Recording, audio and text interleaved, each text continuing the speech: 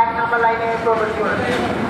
ঢাকা থেকে ছেড়ে আসা পঞ্চগড় অভিমুখী আন্তনগর দ্রুতযান এক্সপ্রেস এক নম্বর প্ল্যাটফর্মে এক নম্বর লাইনে প্রবেশ করেছে।